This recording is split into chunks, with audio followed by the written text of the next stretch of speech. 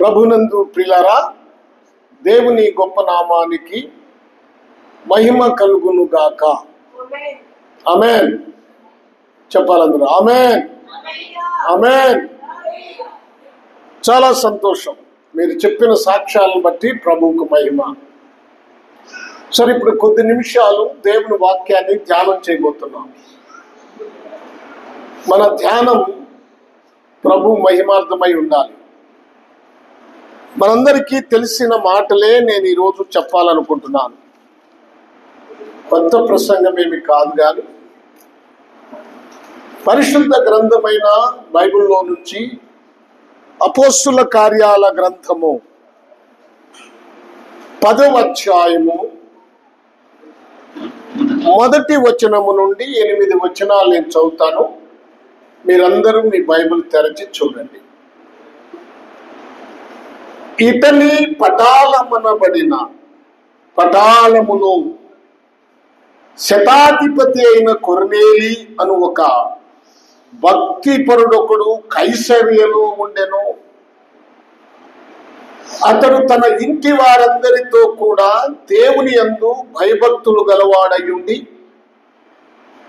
ప్రజలకు బహుధర్మము చేయొచ్చు ఎల్లప్పుడూ దేవునికి ప్రార్థన చేయవాడు.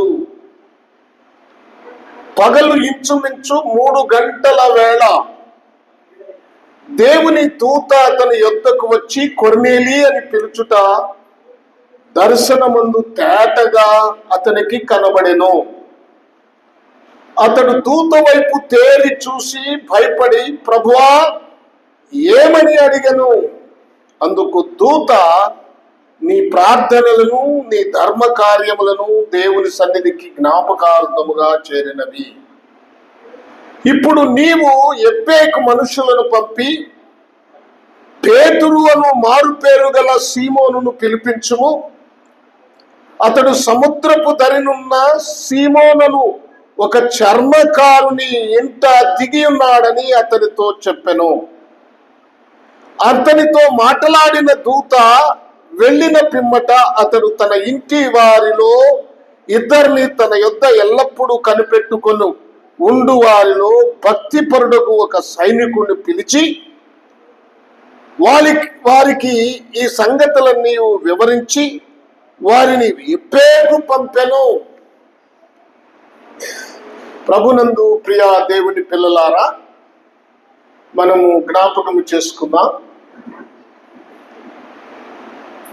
ఈ భాగం చాలా ప్రాముఖ్యమైన భాగమే. దేవుడు తన బిడ్డల ఎడల ఎంత శ్రద్ధ చూపిస్తాడో ఈ కొర్నేలి విషయంలో మనకు అర్థమవుతుంది. చూడండి, కొర్నేలి అంటే అర్థం సూర్యకిరణం అని అర్థం. ఈ కొర్నేలి భూమి మీద ఒక అన్య జనాంగములో ఒక మాదిరికరమైన వ్యక్తిగా కనిపిస్తున్నాడు. ఇతడు ఒక అన్యుడు, యూదుడు కాదు. ఈ అన్యుని జీవితంలో భక్తి మెట్టు ఎలా ఉందో పరిశీలన చేయాలి. చూడండి, ఇతని పేరు చాలా బాగుంది. కొర్నేలి అంటే సూర్యకిరణం. అసలు సూర్యుడు ఎందుకు అంటే భూమి మీద వెలుగునివ్వడానికి దేవుడు సూర్యుడు అనే జ్యోతిని చేశాడు.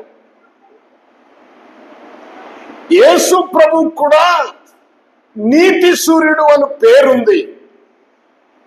ఆయన రెక్కల క్రింద మనకు స్వస్థత కలుగుతూ ఉంది, రక్షణ కలుగుతూ ఉంది. ఈ కొర్నేలి ఒక శతాధిపతి. శత అంటే 100 మీద అధిపతి.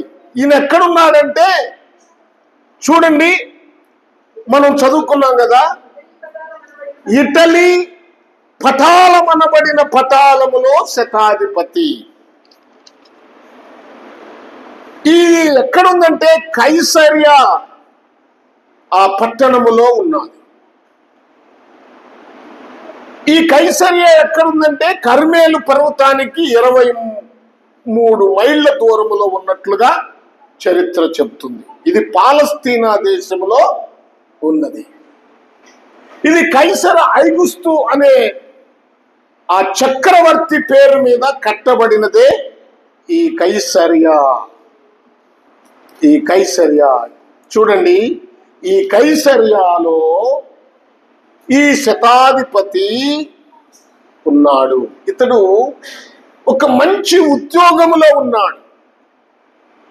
ఉదాహరణకి మన పోలీస్ డిపార్ట్మెంట్ లో ఒక డిఎస్పి ఒక ప్రాంతానికి ఏ విధంగా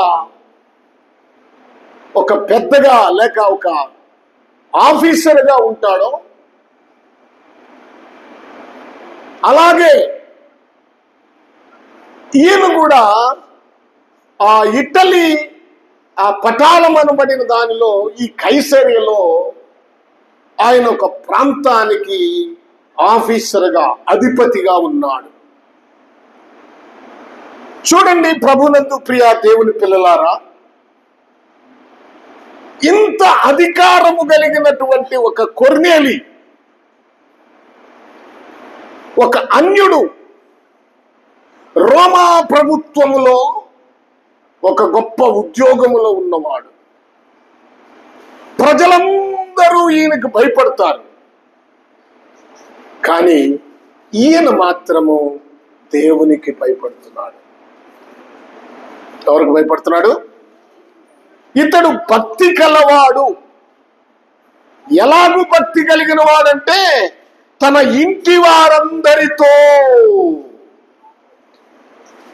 ఇతడు భక్తి కలిగిన వాడు.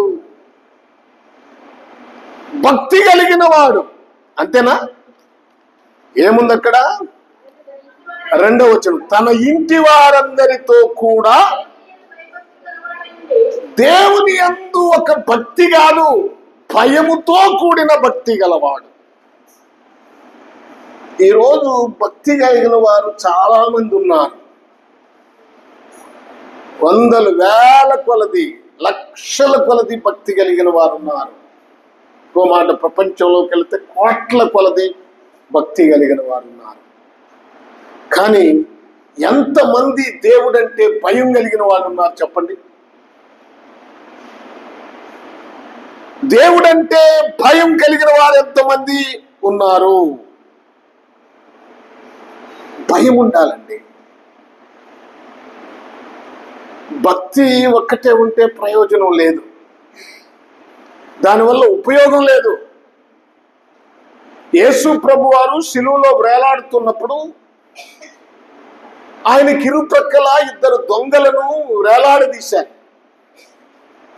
ఒకడు అంటున్నాడు, యేసు నిన్ను నీవు రక్షించుకొని మమ్మల్ని కూడా రక్షించు. రెండోవాడు అంటున్నాడు, ఈ స్థితిలో కూడా నీవు దేవునికి భయపడవా? భయం అనేది లేదా నీకు? ఎలా పడితే అలా మాట్లాడతావా? భయము, దేవుడంటే భయం ఉండాలి. చూడండి, చాలా మంది ప్రార్థన చేస్తారు కానీ బ్రతుకులో మార్పు ఉండదు, జీవితాలు మారవు. ఒక సిస్టర్ గారు ఒకసారి ఇలాగూ అంది, పాస్టర్ గారు, దేవుడు వ్యభిచారులను ఎక్కువగా ప్రేమించాడు కదా, వారితో సావాసం చేశాడు కదా, మరి వ్యభిచారులకు పరలోక రాజ్యం ఉంది. పరిసయ్యుల కన్నా ముందు, వేషధారుల కన్నా ముందు వ్యభిచారులే పరలోక రాజ్యానికి వెళతారని చెప్పబడుతుంది కదా,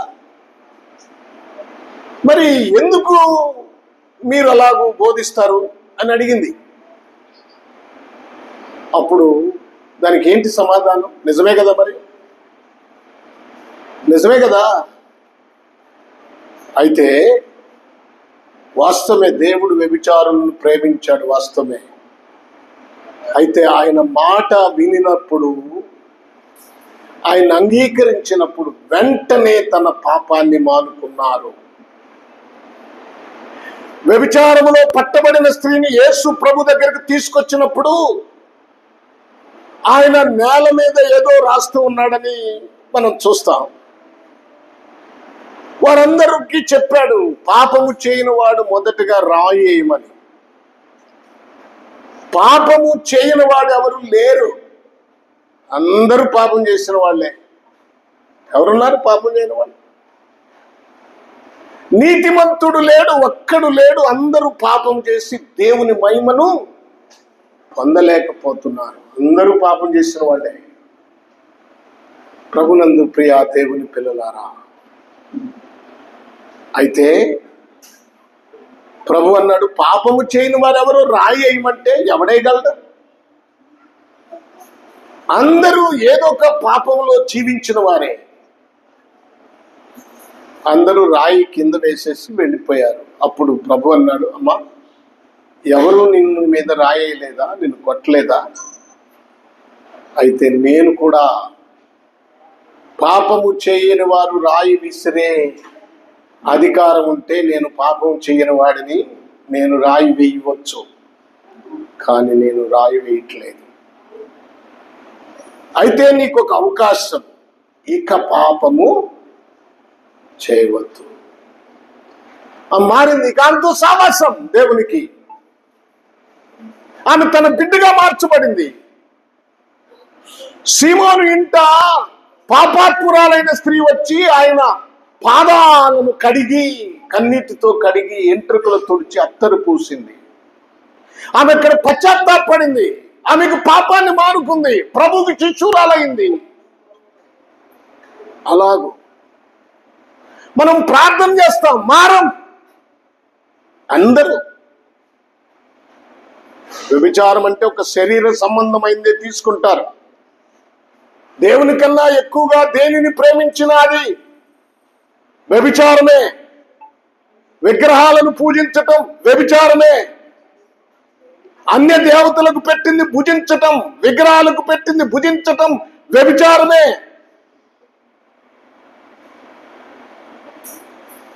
చూడండి, ప్రభునందు ప్రియా దేవుని పిల్లలు, పాపం అదే పాపం. చూడండి, దేవుని యందు భయము భక్తి కలిగిన వారు ఎలా ఉంటారు? అసలు భక్తి అంటే నేను చాలాసార్లు చెప్తాను మీకు. అసలు భక్తి అంటే ఏమిటి? చూడండి, యవనస్తులు జాగ్రత్తగా బైబిల్ చూడాలి. యాకోబు పత్రిక 1వ అధ్యాయము 27వ వచనం. యాకోబు పత్రిక 1వ అధ్యాయము, తండ్రి అయిన దేవుని ఎదుట పవిత్రమును జాగ్రత్తగా ఈ మాటను క్యాచ్ చేయండి. తండ్రి అయిన దేవుని ఎదుట పవిత్రమును నిష్కలంకమునైన భక్తి ఏదనగా, చూడండి అక్కడ, దిక్కులేని పిల్లలను, విధవరాండ్లను వారి ఇబ్బందుల్లో పరామర్శించుటయు. అది భక్తి అంటే అదండి. ఇహలోక మాలిన్యము తనకంటకుండా తన్ను తాను కాపాడుకొనుటయే భక్తి అంటే ఏమిటి? చప్పట్లు కొట్టమా, ప్రార్థన చేయటమా, కేకలేయటమా, పాటలు పాడటమా? భక్తి అంటే ఏమిటి? భక్తి అనే దానికి అర్థం బైబిల్ ఏం చెప్తుంది? ఎవడైనా సరే భక్తి, నేను భక్తి కలిగిన వాడని చెప్పుకుంటే యహలోక మాలిన్యము, లోక సంబంధమైన పాపము అంటకుండా తను తాను కాపాడుకోవాలి. అది భక్తి అంటే. యహలోక మాలిన్యము అంటకుండా భయపడుతూ, భయముతో కూడిన భక్తి. చూడండి, దేవుని యందు భక్తి భక్తి కలిగిన వాడు. చూడండి, ప్రభునందు ప్రియా దేవుని పిల్లలారా, జ్ఞాపకం చేసుకుందాం. మన జీవితాలు మారాలి. భక్తి చేయటం ముఖ్యం కాదు. తర్వాత ఇతడంట బహుధర్మము చేయుచున్నాడట. అదే కదా ఏమన్నాడు? తన ఇంటి వారందరితో కూడా దేవుని యందు భయభక్తులు గలవాడయుండి ప్రజలకు బహుధర్మము చేయుచున్నాడు. ప్రజలకు బహుధర్మము చేయుచున్నాడు. దేవుడు తనకిచ్చిన దానిలో చాలా మంది మనుషులకు కనపడాలని ధర్మం చేస్తారు, ఫోటోలు కనపడాలని ధర్మం చేస్తారు, నలుగురు తన పేరు గొప్పగా చెప్పుకోవాలని ధర్మం చేస్తారు. ఇతడు అలా కాదు, బహుధర్మం. ఈ రోజున మనము సహకరించం. మనం దేవునిలో దేవుడు మనకి సమృద్ధినిస్తే ఆ సమృద్ధిలో నుండి ఎవరికైనా ఒక్క రూపాయి కూడా మనము ధర్మం చేయం. ధర్మం చేయడానికి ఇష్టపడం. పేదలు కనపడ్డప్పుడు, విధవరాళ్ళు కనపడ్డప్పుడు, ముసలి వాళ్ళు కనపడ్డప్పుడు, దిక్కులేని వారు కనపడ్డప్పుడు మనము ధర్మం చేయటానికి ఇష్టపడతామా?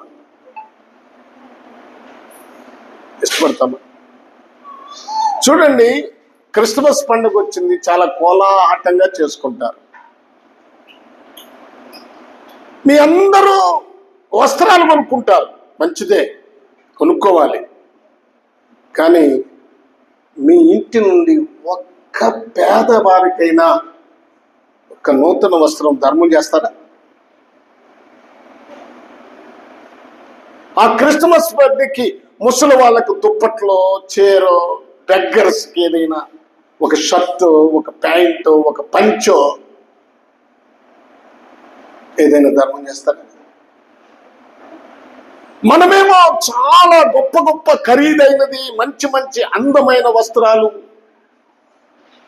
వాటిని ధరించుకోవడానికి వాటి కొరకు చాలా ఆతృత పడతాం. కానీ నీవలే నీ పొరుగు వారిని ప్రేమించమని వాక్యం చెప్తుంటే ఒక్క బిడ్డకైనా, ఒక్క పేదకైనా మనం సహాయం చేస్తామా? సహకరిస్తామా? చూడండి,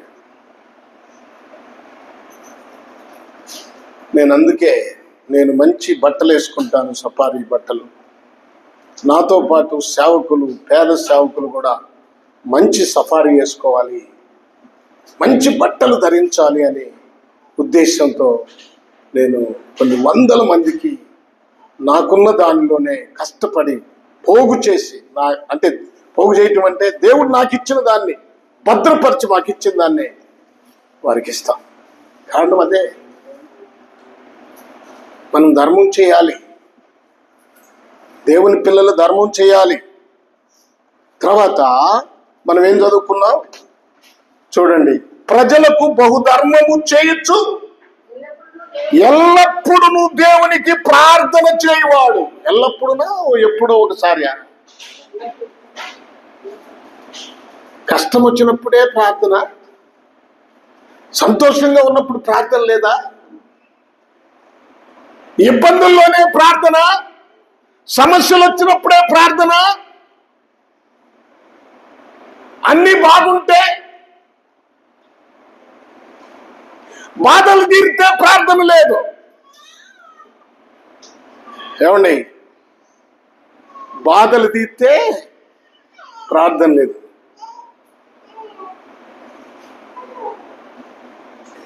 ప్రార్థన నేను ఒకసారి చెప్పినట్టు గుర్తుంది. ఒక దైవజనుడు చెప్తుంటే విన్నాను. ఒక సంఘంలో ఒక విశ్వాసి చిన్నప్పటి నుంచి పెరిగాడట. అతడు పెద్దవాడైన తర్వాత ఒక వ్యాపారం స్టార్ట్ చేశాడట. వ్యాపారం స్టార్ట్ చేసి ఆదివారం నాడు ఆరాధనకి, రెండో స్థలములో మరింకోటి చేశాడంట. ఆదివారం ఆరాధనకు మాత్రం వస్తున్నాడు. మూడవ స్థలంలో వ్యాపారం స్టార్ట్ చేశాడంట. ఆదివారం అప్పుడప్పుడు వస్తున్నాడంట. అప్పుడప్పుడు ఆదివారం వస్తున్నాడంట. 4వ స్థలంలో కూడా వ్యాపారం స్టార్ట్ చేశాడంట. ఇక ఆదివారం ప్రార్థనే మానేశాడు. ఏమండి, ప్రార్థనే మానేశాడు. పాస్టర్ గారు చాలా బాధపడతా ఉన్నాడు. ఒకసారి బజారులో వెళ్తా ఉంటే ఆ కుర్రాడు ఎదురయ్యాడంట. పాస్టర్ గారు, అయ్యా ప్రార్థనకు రావట్లేదు ఏంటయ్యా అని అడిగాడంట. ప్రార్థనకు రావట్లేదు ఏంటయ్యా అని అడిగితే, పాస్టర్ గారు బిజినెస్ ఎక్కువైపోయింది, వ్యాపారం ఎక్కువైపోయింది, అందుకని నేను రాలేకపోతున్నాను, నా కోసం ప్రార్థన చేయ్యా అన్నాడంట. సరే చేస్తానయ్యా. అప్పుడు ఎందుకయ్యా, ఇప్పుడే చేస్తాను నీకు ప్రార్థన అని చెప్పి ఆ బజార్లోనే పక్కన నిలబెట్టి ప్రార్థన చేయటం ప్రారంభించాడు. ప్రభువా, ఈ యవనస్తుడు చాలా భక్తి కలిగిన వాడు, నీ సన్నిధికి వస్తూ ఉన్నాడు, కానీ తన వ్యాపార బిజీలో ఆ బిజినెస్ పెరగటం వలన, ఆ కంపెనీలు పెరగటం వలన ఆదివారం కూడా ఆరాధనకు రాలేకపోతున్నాడయ్యా. ఇప్పుడు 4 కంపెనీలు ఉన్నాయి కదా, 3 కంపెనీలని ప్రభువా వెంటనే తగలబెట్టేయ్యా. ఆ 3 కంపెనీలని ఫస్ట్ నాశనం చేసేయి, ఒక్కటి మాత్రమే ఉంచయ్యా, ఎందుకంటే ఆయన బతకాలి కనుక. అప్పుడు నీ సన్నిధికి వస్తాడయ్యా. ప్రార్థన చేసి, ఈ ప్రార్థన మంచిదేనంటారా?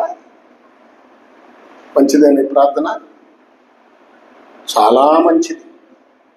వాడు రేపు నాశనమై నరకంలో పడి వేదన చెందకుండా, యుగాయుగంలో నరకంలో నశించిపోకుండా ఉండాలంటే ఇప్పుడు వాడు దేవుని సన్నిధికి రావాలి, ఆరాధనలో ఉండాలి, ప్రభువును మహిమపరచాలి, వాక్యం వినాలి, బ్రతుకును మార్చుకోవాలి. ఆ పాస్టర్ గారు ఒకవేళ అది విడ్డూరంగా ఉన్న ఆ ప్రార్థన మంచిదే. ఎవరో చెప్తుంటే విన్నాను నేను. ప్రభునందు ప్రియా దేవుని పిల్లలారా, జ్ఞాపకం చేసుకుందాం. ప్రార్థన, దేవుని సన్నిధిలో ప్రార్థన ఎప్పుడు చేస్తున్నాడు ఈయన? ఎప్పుడు చేస్తున్నాడు? ఎల్లప్పుడూ. ఒకరోజు చేసి ఒకరోజు మానుకోవటం కాదు.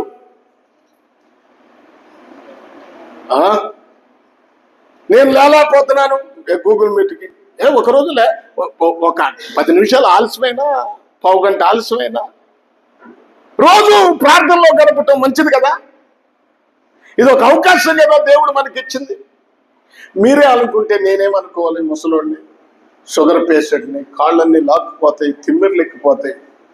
పొద్దున్నే, ఈరోజు ఆదివారం పొద్దున్నే 7 గంటలకు బెదరావుల్లో ఆరాధన స్టార్ట్ చేయాలి. ఇక్కడ నేను 5 గంటలకల్లా లెగవాలి. లెగుస్తుంటే ఎలా ఉందో తెలుసా? అయినా భయం, మరలా వెంటనే భయం. అయ్యో, దేవుడు నాకు ఒక బాధ్యత అప్పగించాడు కదా, నేను దాన్ని చెయ్యాలి. వెంటనే గబగబా వేడి నీరు పోసుకొని స్నానం చేసి సిద్ధపడి వెంటనే వెళ్ళిపోయాను. ప్రభునందు ప్రియులారా, జ్ఞాపకం చేసుకున్నాం. ఎల్లప్పుడూ ప్రార్థనకు బద్దకించకూడదు. ప్రార్థన యందు ఆసక్తి కలిగి ఉండాలి. నీ ప్రార్థన దేవుడు వింటాడు. ప్రార్థన దేవుడు వింటాడు. దేవుడు విని ప్రత్యుత్తరం ఇస్తాడు. చూడండి, ప్రార్థన చేయాలి ఎల్లప్పుడూ. అంటే అందరు కాదు, ఎవరు ప్రార్థన చేస్తే వారి ప్రార్థన దేవుడు వినడు. ప్రార్థన చేయడానికి ఒక క్వాలిఫికేషన్ కూడా ఉంది. చూడండి ఒక మాట, కీర్తనల గ్రంథము 109వ కీర్తన 7వ మాట చూడండి. ఎవరి ప్రార్థన దేవుడు వింటాడు? నలిగిన వారి ప్రార్థన, విరిగి నలిగి ప్రార్థన చేస్తే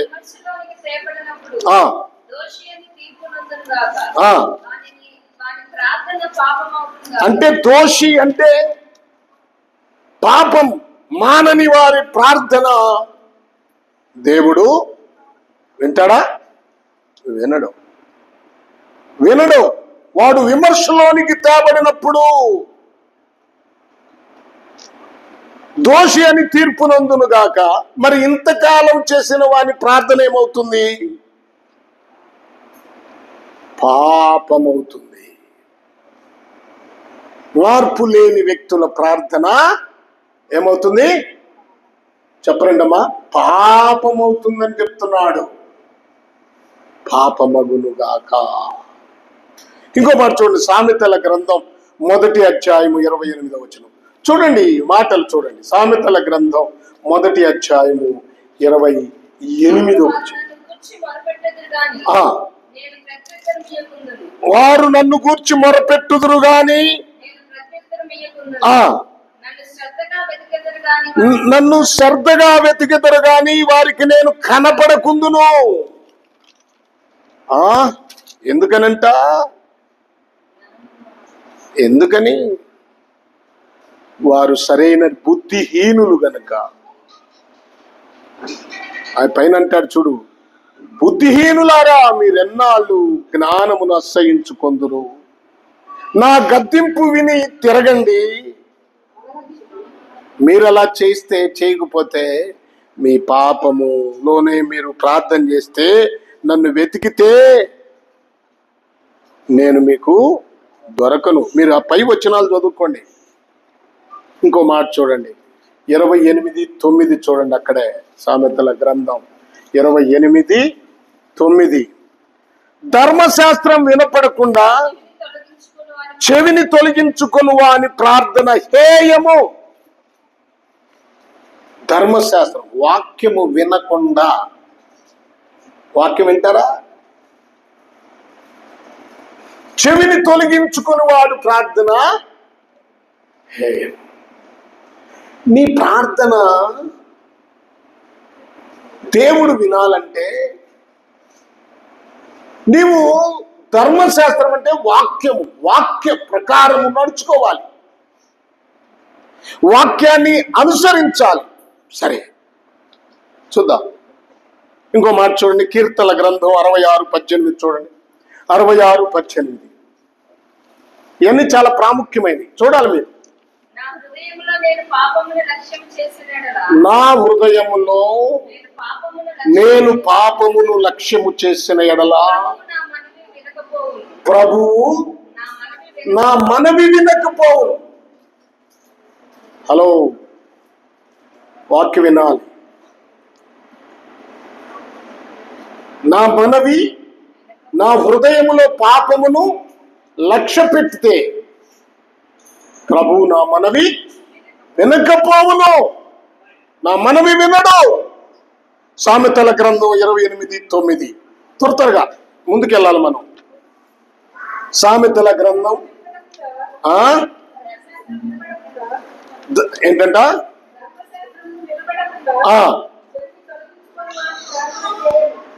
చూడండి, ఇందాక చెప్పాను కదా అది. అలాగే చాలా ఉంటాయి. యెషయా గ్రంథం 1వ అధ్యాయం 15వ వచనం. యెషయా గ్రంథం 15వ అధ్యాయము 1వ వచనం. 1వ అధ్యాయం 15వ వచనం.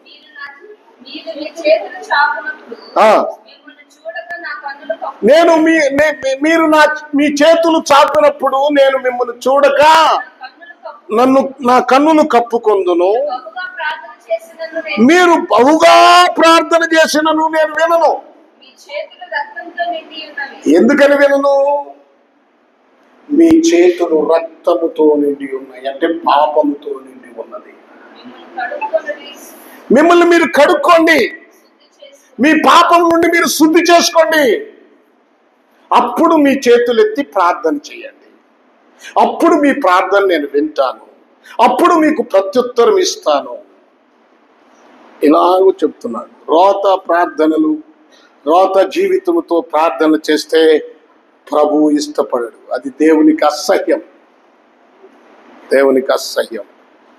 చూడండి ప్రభునందు ప్రియ దేవుని పిల్లలారా, ఒకసారి మనం ఆలోచిద్దాం. ఈ కొర్నేలి తన ఇంటి వారందరితో ఏం చేస్తున్నాడు? ప్రార్థన చేస్తున్నాడు. ఇంటి వారందరితో చేస్తున్నాడా? అక్కడే చేస్తున్నాడా? అక్కడ రాయబడింది ఇంటి వారందరితో.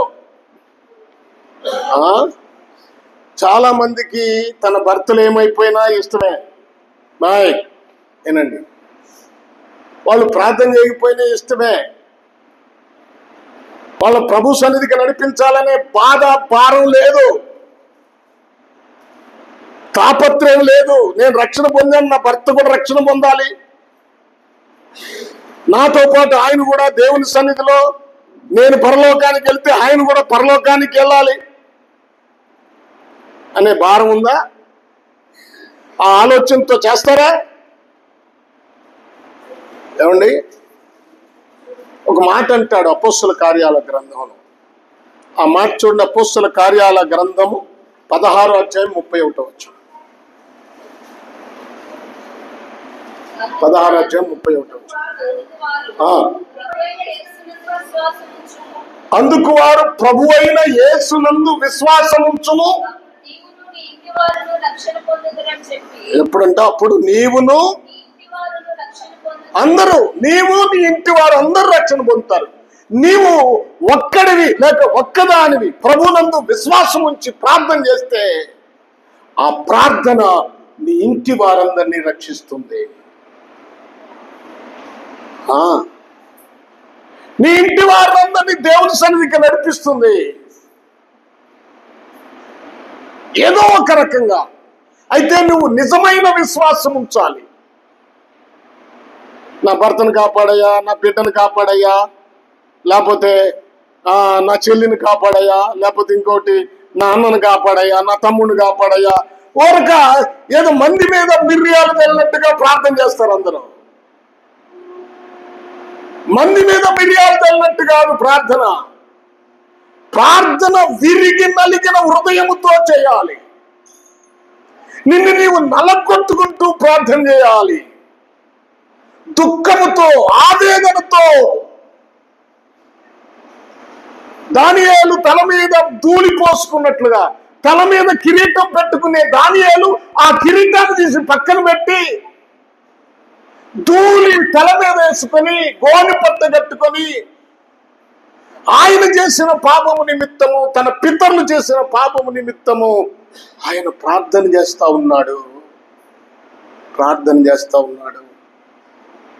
నా ప్రియ దేవుని పిల్లలారా, ప్రార్థన అంటే విరిగి నలిగిన హృదయంతో చేసేది. నలిగిన మనస్సు, నలిగిన హృదయం దేవునికి ఇష్టమైన బలియాగం. ఏం నలగలేదే నువ్వు? నీ జీవితంలో చేసిన తప్పు కోసం ఎప్పుడైనా నువ్వు ఊహించావా? నీ తప్పులను ప్రభు పాదాల దగ్గర పెట్టి ఒప్పుకున్నావా? నిన్ను నీవు నలపట్టుకున్నావు ఎప్పుడైనా? కొర్నేలి తన ఇంటి వారందరితో ప్రార్థన చేస్తున్నాడంటే తను తాను నలపట్టు. ఒక అధికారి అయి ఉండి ప్రజలందరూ ఆయనకు భయపడతాడు. అలాంటి గొప్ప వ్యక్తి దేవునికి భయపడుతూ ప్రార్థన చేస్తున్నాడు. వాళ్ళు ఒక్కడే కాదే, నేను ఒక్కనే కాదు, వాళ్ళ భార్యను పిలుస్తున్నాడు, నువ్వురా. బిడ్డలు పిలుస్తున్నాడు, నువ్వురా. పనివారిని పిలుస్తున్నాడు, నువ్వురా. అందరూ కలిసి ప్రార్థన చేస్తున్నారు, కలిసి మోకరించి కన్నీరు గారుస్తున్నారు.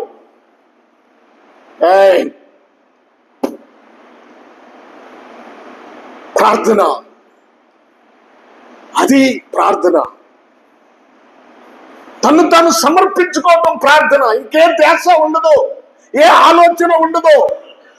ప్రార్థన చేసేవారు ప్రేమిస్తారు, ప్రార్థన చేసేవారు క్షమిస్తారు, ప్రార్థన చేసేవారు ఆదరిస్తారు. ప్రార్థన చేసేవారికి ఇంకా ఎలాంటి ద్వేషాలు, పగలు, విభేదాలు ఉండవు. ప్రార్థన చేసేవారికి కులాలు, మతాలు ఉండవు. ప్రార్థన చేసేవారు అందరూ సహోదరులు ఐక్యత కలిగి జీవిస్తారు. వేరొక ఆలోచన ఉండదు. అలాంటి ప్రార్థనా పరులు కావాలి. తన ప్రజల పాపాల కోసం విలపించే వాళ్ళు కావాలి. తన పితరుల పాపాల కోసం గోనె పట్ట కట్టుకొని అంగలార్చేవారు కావాలి. మనలోనే లెగవాలి. మనం ఆ విధంగా ఉండాలి. తన ఇంటి వారందరితో కొర్నేలు ఏ విధంగా ప్రార్థన చేస్తున్నాడు. ఇప్పుడు ఆయన ప్రార్థన చేస్తుంటే ఆ ప్రార్థన దేవుని యొద్దకు చేరిందా లేదా? ఏమండి?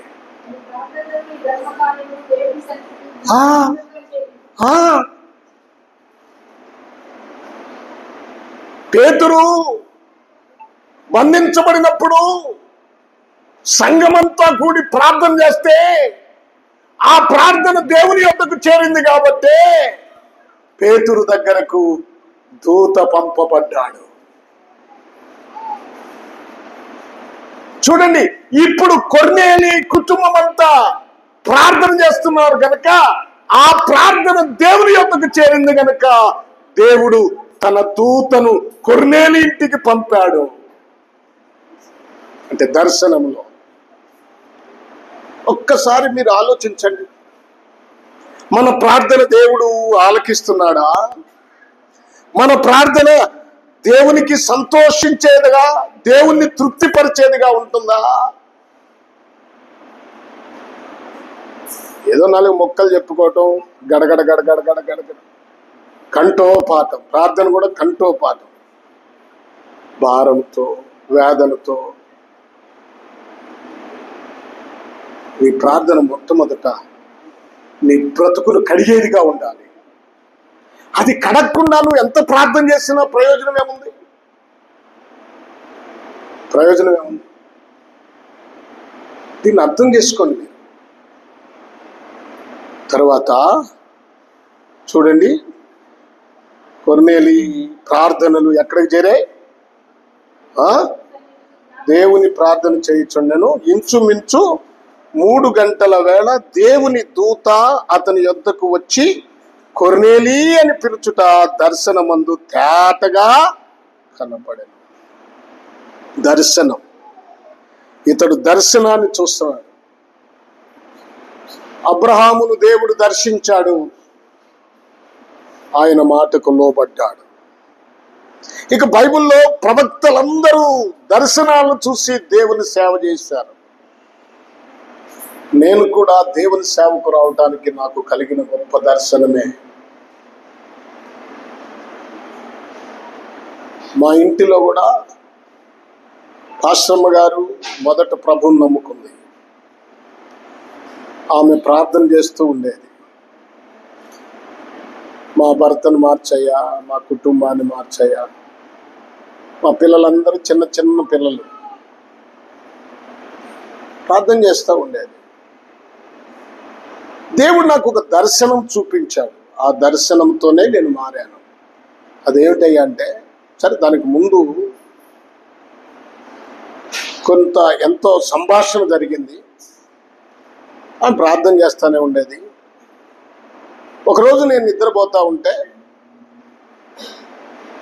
ఆ నిద్రపోయేటప్పుడు దాన్ని ఏమంటారంటే ఒక గొప్ప దాన్ని ఏమంటారు, ఈ పైన ఎగురుతూ ఉంటే రథం కూడా అనరు దాన్ని, ఒక గొప్ప రథం, దాంట్లో దేవదూతలు కూర్చొని ఉన్నారు. వారు అలాగే దిగి మా ఇంటి ముందు ఆగి మా ఇంటిలోకి వచ్చారు. మా ఇంటిలోకి వస్తే నేనున్నాను అక్కడ, నా భార్య ఉంది. కానీ వాళ్ళు నా దగ్గరకు రాకుండా ఆమె దగ్గరికి వెళ్ళి ఆమెను తీసుకొని దానిలో కూర్చోబెట్టుకొని అలాగూ పైకి వెళ్ళిపోతా ఉన్నారు. నేను పరిగెత్తుకుంటా వచ్చాను. ఏంటి నన్ను తీసుకెళ్లకుండా ఆమెను తీసుకెళ్తున్నారని కేకలు పెడుతున్నాను. నన్ను కూడా తీసుకెళ్ళండి అని కేకలు పెడుతున్నాను. చూసారా? ఆ దర్శనాన్ని నేను చూశాను, చాలా స్పష్టంగా చూశాను. ఆ మహిమ కలిగిన దర్శనాన్ని చూసినప్పుడు తెల్లారి లేచిన తర్వాత ఇక నాకు అనిపిస్తుంది, మా పాస్టమ్ గారితో చెప్పాను, నేను కూడా ప్రార్థన చేస్తాను, నేను కూడా దేవుణ్ణి ఆరాధిస్తాను, నేను కూడా దేవుణ్ణి నమ్ముతున్నాను. దర్శనం అనేది చాలా ప్రాముఖ్యమైనది. ఎన్నో కష్టాలు అనుభవించాను, చెప్పాను కదా మీకు, సాక్షి చాలాసార్లు చెప్పాను. ఆ దర్శనం నాకు కలగబట్టే బట్టలు లేకపోయినా సేవ చేశాను, అన్నం లేకపోయినా సేవ చేశాను, ఇల్లు లేకపోయినా సేవ చేశాను, రోగం వచ్చినా సేవకే అంకితం అనుకున్నాం. ఎన్నో కష్టాలు అనుభవించాం, దరిద్రతను అనుభవించాం, నిందలు, అవమానాలు, నా సొంత వారే, నా బంధువులే హేళన చేశారు. వాటన్నిటినీ తట్టుకోవటానికి గల కారణం ఆ దర్శనమే. పౌలు అంటాడు, ఆకాశమందు నాకు కలిగిన దర్శనమునకు నేను అవిధేయుని కాను అని. ప్రభునందు ప్రియా దేవుని పిల్లారా, ఈ కొర్నేలి జీవితంలోకి వెళితే గొప్ప దర్శనము చూశాడు. ప్రైజ్ ద లార్డ్, హల్లెలూయా. తర్వాత ఈ కొర్నేలు దేవుని మాటకు లోబడ్డాడు. నేను వచ్చే వారం చెప్తాను, టైం అయిపోయింది కదా. దేవుని మాటకు ఎలాగూ లోబడ్డాడు అనే సంగతి తర్వాత చెప్తాను. ప్రభునందు ప్రియా దేవుని పిల్లారా, ఈ కొర్నేలు జీవితంలోకి వెళితే ఈయన శతాధిపతి అయినప్పటికీ, ఒక ఉన్నతమైన అధికారి అయినప్పటికీ దేవుని సన్నిధిలో ప్రార్థన చేస్తున్నాడు. ధర్మ కార్యాలు చేసేవాడు. ఈయన ప్రార్థన పరలోకానికి వెళ్ళింది. అందుకని దేవుడు గొప్ప దర్శనమిచ్చి తన దూతను పంపాడు. ఆ దర్శనములో ఆ దూత చెప్పినట్లుగా చేస్తున్నాడు. దేవుని మాట కొర్నేలులాగా ఒక భక్తి కలిగినటువంటి వ్యక్తిగా, భక్తి కలిగిన జీవితాన్ని జీవిద్దాం. భక్తిలో ముందుకెళదాం, స్థిరపడదాం.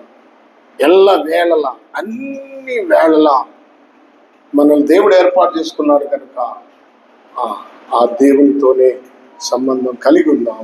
దేవుని మాటలు మనందరి కొరకు ఆశీర్వదించును గాక. తలలు వచ్చండి, ప్రార్థన చేసుకున్నాం. ఒకసారి మిమ్మల్ని మీరు పరిశీలన చేసుకోండి. కొర్నేలులాగా, ప్రభువా, కొర్నేలులాగా మీరు ప్రార్థన చేయండి. కొర్నేలులాగా మిమ్మల్ని మీరు అర్పించుకోండి. దేవునికి భయపడాలి, మనుషులకు కాదు భయపడాల్సింది, దేవునికి భయపడాలి.